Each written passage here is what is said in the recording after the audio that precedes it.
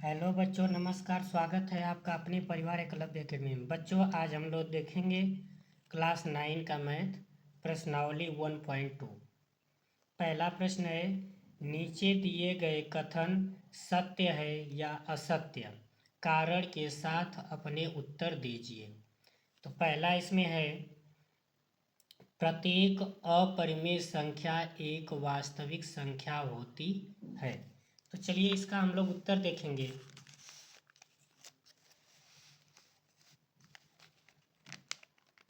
प्रश्नावली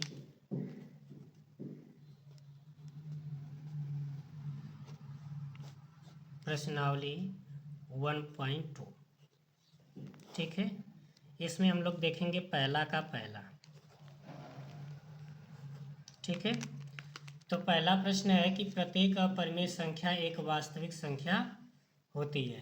तो इसका उत्तर लिखेंगे सत्य।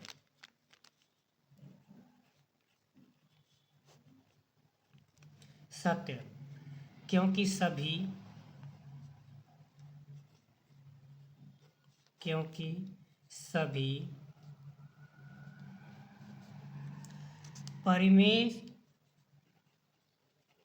सभी परिमेय और अपरिमेय संख्याओं का संग्रह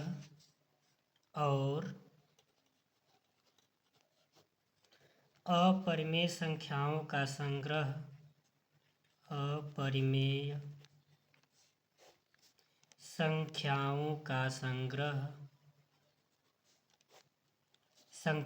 का संग्रह ही वास्तविक संख्या होती है। वास्तविक संख्या होती है। हाँ, ये हम लोग का उत्तर हो गया। अब पहला का दूसरा प्रश्न देखते हैं क्या है।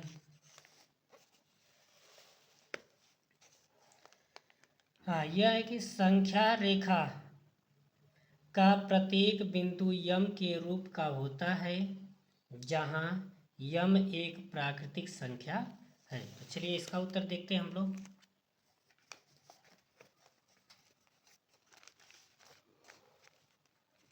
हम लोग देखेंगे पहला का दूसरा,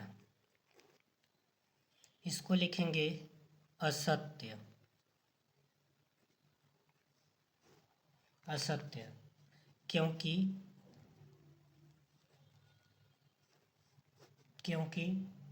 कड़ी में 2 और कड़ी में 3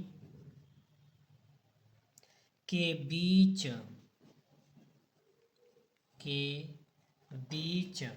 अनंत संख्याएं होती है। अनंत संख्याएं होती है। अनंत संख्याएं होती है, जो कि कड़ी में यम के रूप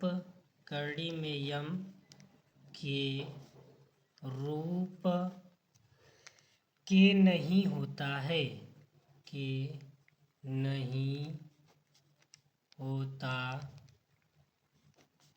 है। जहाँ यम एक पूर्णांक है। जहाँ यम एक पूर्णांक है। यह हो गया पहला का दूसरा का उत्तर। अब हम लोग देखेंगे पहला का तीसरा प्रश्न। पहला का तीसरा प्रश्न क्या है, प्रत्येक वास्तविक संख्या एक अपरिमेय संख्या होती है। तो चलिए इसका उत्तर देखते हैं हम लोग। पहला का तीसरा, तो इसका उत्तर देंगे असत्य।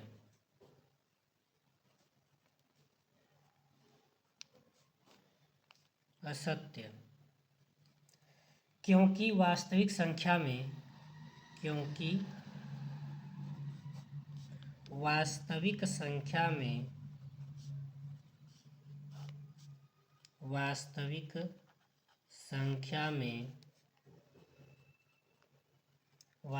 संख्या में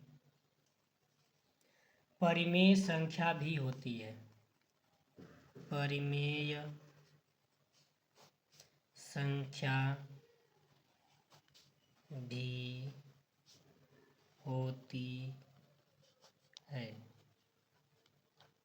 अब हम लोग देखेंगे क्वेश्चन नंबर 2। हाँ, क्वेश्चन नंबर 2 देखेंगे। क्या सभी धनात्मक पूर्णांकों के वर्गमूल अपरिमेय होते हैं? यदि नहीं तो एक ऐसी संख्या के वर्गमूल का उदाहरण दीजिए जो एक परिमेय संख्या है। तो चलिए इसका उत्तर देखते हैं हम लोग। इसका उत्तर हम लोग लिखेंगे दूसरा का, सभी धनात्मक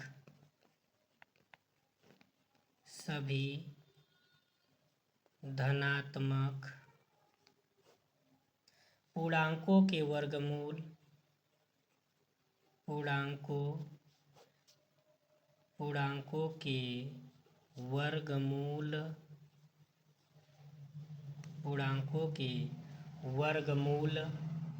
अपरिमेय नहीं होते हैं। अपरिमेय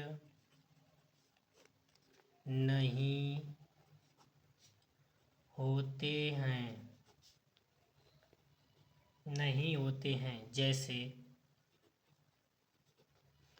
करड़ी में 4 बराबर 2, यानी 4 का वर्गमूल निकालेंगे तो क्या आएगा 2, जो एक परिमेय संख्या है। एक परिमेय संख्या है। अब हम लोग देखेंगे क्वेश्चन नंबर 3। तो क्वेश्चन नंबर 3 हम लोग का है,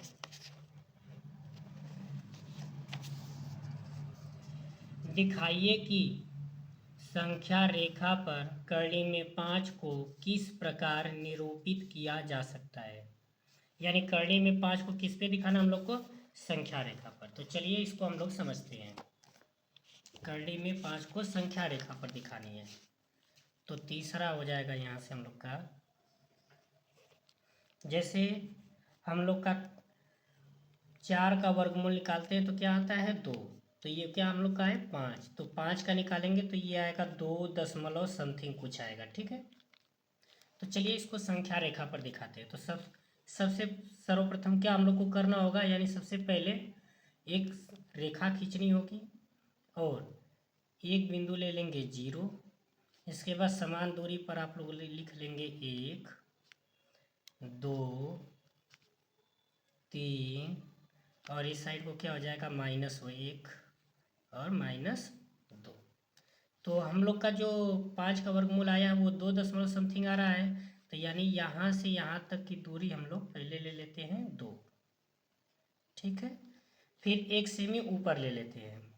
ऐसे 1 सेमी अपना स्केल से नाप के ले लेंगे। ये कितना हम लोग ले लेंगे 1, यानी ये दूरी हम लोग की 1 हो जाएगी। और इसको 0 से क्या करेंगे, मिला देंगे। अगर इसका नाम लिखना चाहते हैं तो इसका नाम लिख देंगे। इसका नाम हो जाएगा A, इसका नाम हो जाएगा B और यहाँ ऊपर C। यानी यहाँ से अगर देखा जाए तो ये क्या हो जाएगा, कर्ण हो जाएगा, ये क्या हो जाएगा, लंब हो जाएगा और ये क्या हो जाएगा, आधार हो जाएगा।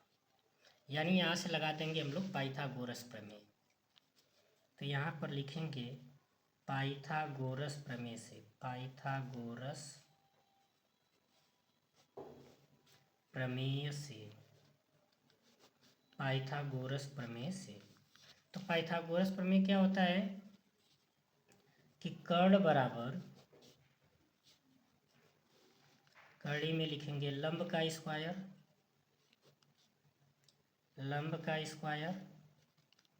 प्लस आधार का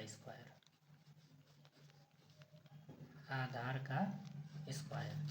तो यानी पहले लिखे हैं लंब, तो लंब कितना है हम लोग का 1, तो यहाँ पे क्या रख देंगे 1 का स्क्वायर, ठीक है, प्लस यहाँ पे क्या है आधार, तो आधार हम लोग का क्या है 2, यानी 2 का स्क्वायर। तो यहाँ से इसको हल करेंगे तो 1 का स्क्वायर 1 होगा और 2 का स्क्वायर 4 हो जाएगा। तो इसको और आगे हल करेंगे तो ये क्या आएगा करड़ी में 5, ठीक है। तो यानी इसका मान क्या हो जाएगा करड़ी में 5 हो जाएगा, यानी कर्ण का मान करड़ी में 5 हो जाएगा। अब इसको संख्या रेखा में दिखाना है तो अपने प्रकार में यहाँ से यहाँ तक की दूरी भर के और इसको ऐसे खींच देंगे, ठीक है। यही क्या हो जाएगा हम लोग का संख्या रेखा पर, और यही इसका क्या हो जाएगा हम लोग का हल हो जाएगा, ठीक है।